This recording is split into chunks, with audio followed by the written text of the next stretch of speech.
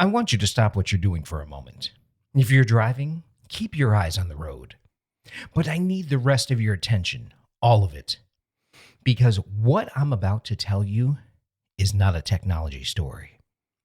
It is not a story about software or silicon or servers in a data center somewhere. It is a story about you, your family, the world your children and grandchildren are going to inherit, and the people responsible for what's coming, the people who built it, are raising their hand and they're scared. We live in a world where the most powerful technology ever built is being handed to you without instructions, without warnings, and without anyone asking whether it serves you or uses you. That question has a name: the virtuous machine. I'm Michael Ruthier, and this is Tech for Grownups, the show that believes technology should answer to human beings, not the other way around. This is the show the tech industry doesn't want you to hear. No corporate talking points, no sponsored opinions, just honest conversation. Let's go.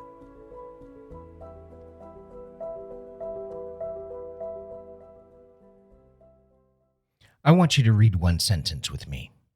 Just one. We believe it would be good for the world to have the option to slow or temporarily pause frontier AI development. Now, I want you to think about who wrote that. Not a protester, not a politician, not a doomsday preacher standing on a street corner with a sign. That sentence was written by Anthropic, the company that builds Claude, one of the most powerful AI systems on Earth. And I mean that. A company that has raised hundreds of billions of dollars to build the very technology they are now publicly asking the world to consider stopping. Let that sit for a second. The people building the machine, raising their hand, saying, "We're not sure we should keep going." When has that ever happened in the history of technology? When has the company at the center of a technological revolution stopped publicly and said, "Wait"? It has never happened until now.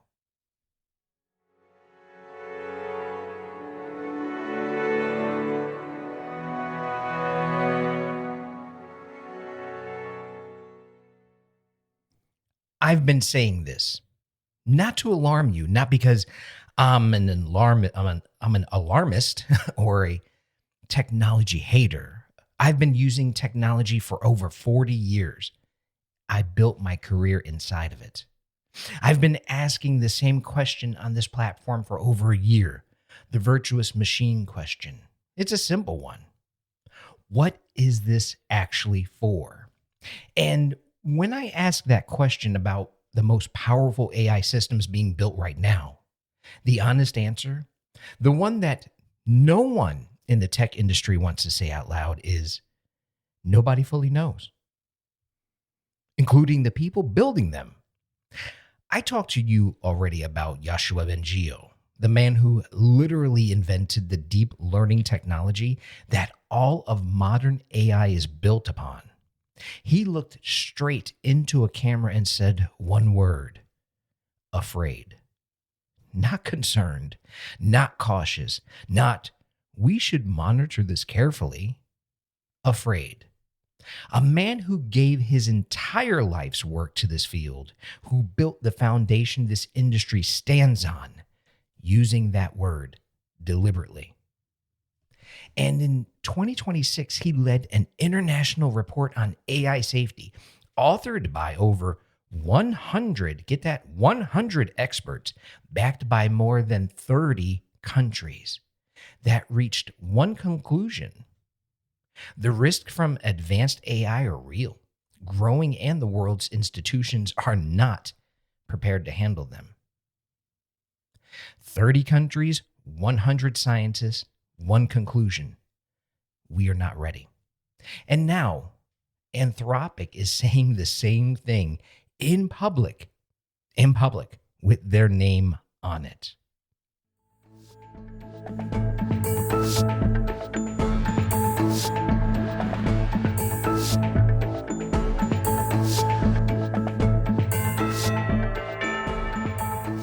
Now, let me give you the specific facts because I want you to understand exactly what happened on June 4th, 2026. Not the headlines, the actual thing. Anthropic published an internal document written by the head of their internal research institute and their head of policy. And inside that document was a disclosure that I want to say very slowly and clearly. AI is now writing most of Anthropic's own production code. Read that again. The AI, the thing they built, is now building more of itself. The engineers are watching. The engineers are supervising, but the machine is doing the work. They call the next step recursive self-improvement. That's the technical term. Here is what it means in plain language for you and me. Right now, human beings train AI systems. We write the code. We set the rules. We decide what the AI learns and how fast it learns it. Recursive self-improvement means the AI starts doing that itself. It identifies its own weaknesses. It designs its own training experiments. It rewrites its own rules.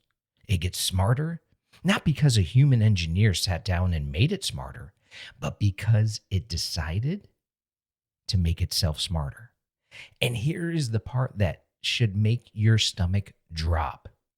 Once that happens, once the AI is improving itself, the speed of that improvement is no longer limited by how fast human engineers can work. It is limited only by how fast the machine can think. And we have no meaningful way to predict how fast that is. Anthropic says they haven't reached that moment yet, but they say their own internal data shows it is on a clear path toward that threshold. And the safety structures, the international agreements, the government regulations, and the social frameworks needed to manage that moment when it happens, that event horizon, they don't exist yet.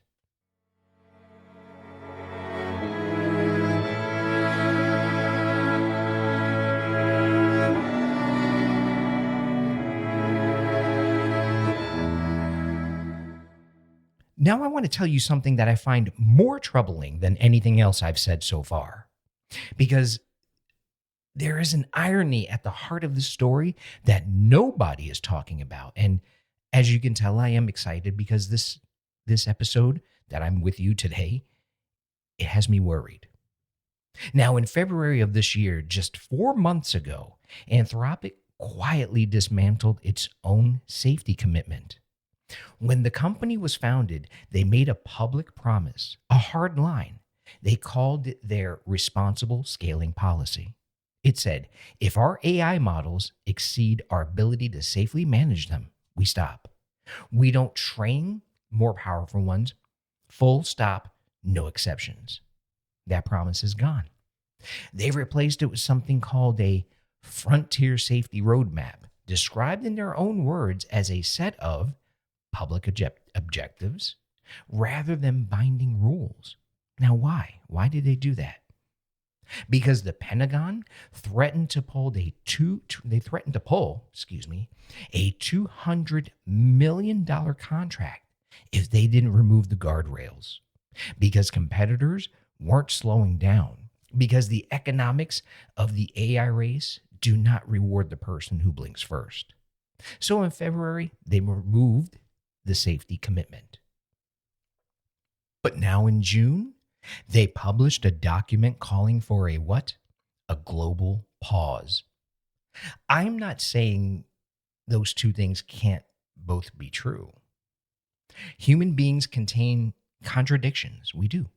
But I need you to look at that sequence and ask yourself the virtuous machine question one more time. What is this actually for?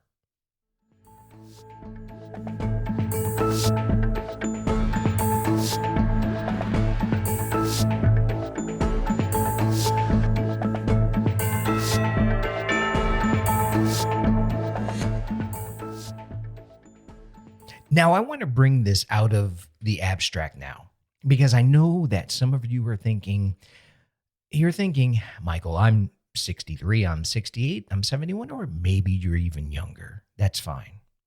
But you're thinking, what does any of this have to do with me? I'm not building AI. I'm not a tech executive.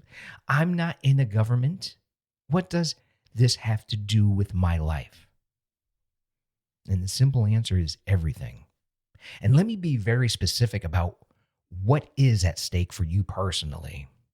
Your pension, the financial systems that hold your retirement savings, your RRSP, your 401k, your CPP are increasingly managed and traded by AI systems that no single human being fully understands. The IMF has already warned publicly that AI poses a systemic risk to global financial stability. If those systems fail or are manipulated or are compromised by another AI system designed to exploit them, the person who loses everything, it's not a tech billionaire, it's you. Your medical records, your health history, your prescriptions, the diagnostic tools your doctor uses, all of it increasingly dependent on AI systems. And the security of those systems is only as strong as the oversight of the people building them. Oversight that, as of this week, even Anthropic is admitting is inadequate. Your identity, the scams targeting people in your age group have already evolved from phone calls to voice cloning. An AI that sounds exactly like your son or daughter calling to say they're in trouble. And the technology getting more convincing every single month. I hear about this all the time from our community. This is not abstract. This is not future. This is your life right now being shaped by systems that the people who built them are publicly admitting they cannot fully control.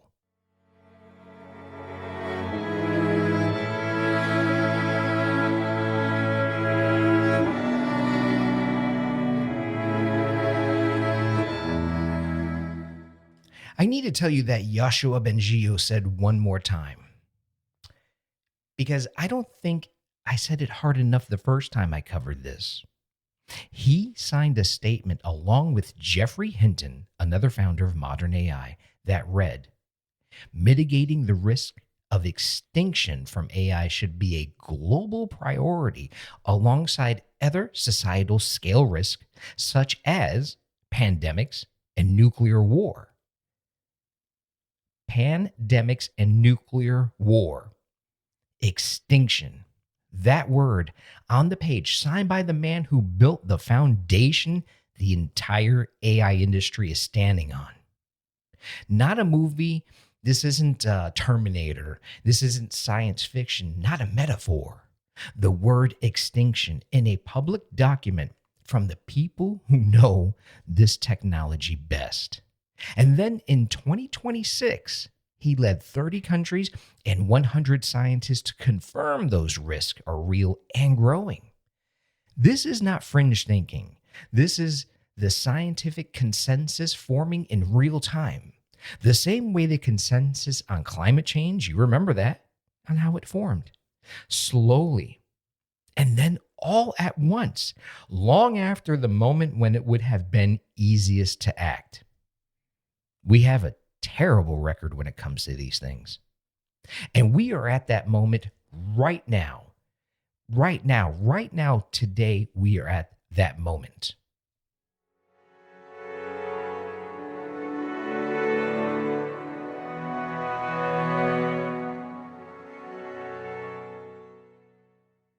Now, I've learned doing this show that people hear information like this and feel one of two things: paralyzed or angry at being told to feel paralyzed. Neither of those is useful to you or anyone else. So here is what I actually want you to do practically today. First, I want you to take this seriously, not as background noise, not as something to listen to and then scroll past. The company building one of the most powerful AI systems in history has publicly stated that the world should consider slowing down. That has never happened before, and I want you to treat it accordingly. Second, ask your elected representative one question, just one. What is our country's position on the global governance of advanced AI? Write it down and send it. And if they don't have an answer, if the answer is vague or they've never thought about it, that is the answer. And you are allowed to be unsatisfied with it. You are allowed to demand better. Third, pay attention to who is doing the work. The AI Now Institute, the Center for AI Safety, the Future of Life Institute. These organizations exist specifically to push for the accountability structures that Anthropic itself is now saying the world needs. They are not fringe groups. Yoshua Bengio chairs the International Scientific Report on AI. This is the mainstream conversation now. Support them. Share their work. Let your community know that they exist. And fourth, stop assuming someone else is handling this, because no one is. There is no room where the adults are sitting down and working it out. There is no international body with the authority to slow this down. There is no government with a complete plan. There is just us and the machine, and the question of who is going to decide what it is for. I'd hate to say it, but no one is coming to save us.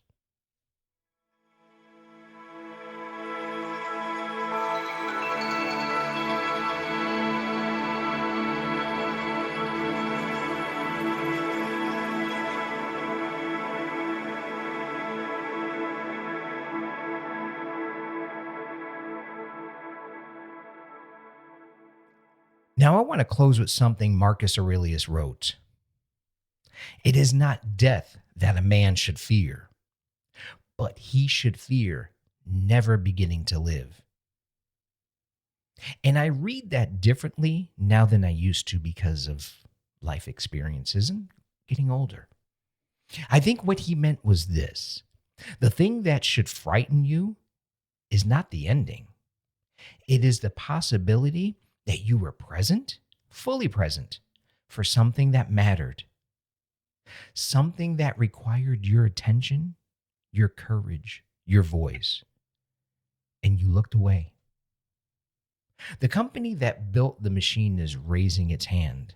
The man who invented the foundation it runs on is using the word afraid in public. 30 countries and 100 scientists have said, we are not ready. And we are being asked, all of us, every single one of you and me, in whatever way we are capable of, to pay attention. This is not a technology story anymore. This is a human story, and you're in it. Stay sharp, stay loud, and do not look away. Marcus Aurelius asked a question that I think about every time I sit down to record this show. What is it fundamentally that this thing is for? Not what it claims to be for. What is it actually for? That's the virtuous machine question. And it applies to every piece of technology being built right now. The AI, the algorithms, the platforms, all of it. You'll find everything from today's episode at techforgrownups.com. Join the conversation in the community. The link is there. Stay sharp, stay loud, and I'll see you in the next one.